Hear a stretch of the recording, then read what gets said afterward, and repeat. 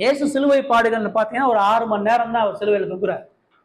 6 மணி நேரம் தான் ரத்தம் சிந்துறார். இது எப்படி இந்த நித்திய நரகத்தை போக்கக்கூடிய தண்டனையா மாறும்?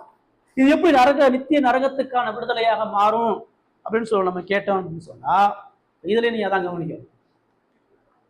பாவத்துக்கான தண்டனையை சுமக்கிறது மனுஷன் கிடையாது. மனு கூட்டம் தண்டனையை சுமக்கல.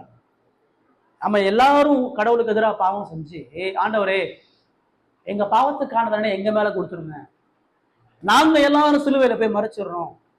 ஆதாமுக்கு பிறந்த எல்லா கூட்டமும் சிலுவையில போய் மறைச்சாலும் மன்னிப்பு உண்டாகாது. ஆதாமுல பிறந்த எல்லாரும் நாங்க நரகத்துக்கு போயிடுறோம்னு சொன்னாலும் மன்னிப்பு உண்டாகாது. நம்ம எல்லாரையும் கடவுள் நரகத்துல போட்டாலும் அவருடைய கோபம் ஆறாது.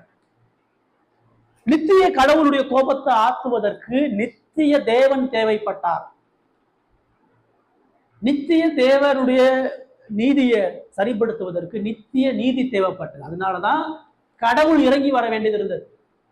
ஒரு ஆதாம் பாவம் பண்ணிட்டான், இன்னொரு ஆதாம் உருவாக்கி இருந்திருக்கலாம்.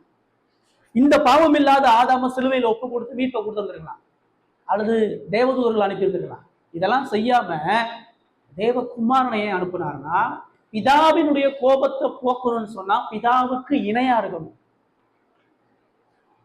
போட்டியில ஜெயிக்கணும்னு சொன்னா 2 பேரும் ஒரே பலமா இருக்கணும். யானையும் எறும்பும் சண்டை போட முடியாது, காளையும் ஆட்டுக்குட்டியும் சண்டை போட முடியாது. கடவுளுடைய கோபத்தை சுமப்பதற்கு, அதை தாங்குவதற்கான ஒரு நபர் தேவைனாலதான் தேவகுமாரனாய கிறிஸ்து அந்த நித்திய கோப தண்டனையை சிலுவையில, அது டைம் கம்மியா இருந்தாலும் நித்திய நரகத்தை அவர் ஏற்றுக்கொண்டார். பிதாவினுடைய நித்திய கோபாக்கினியின் பாத்திரம் சிலுவையிலே ஊற்றப்பட்டது.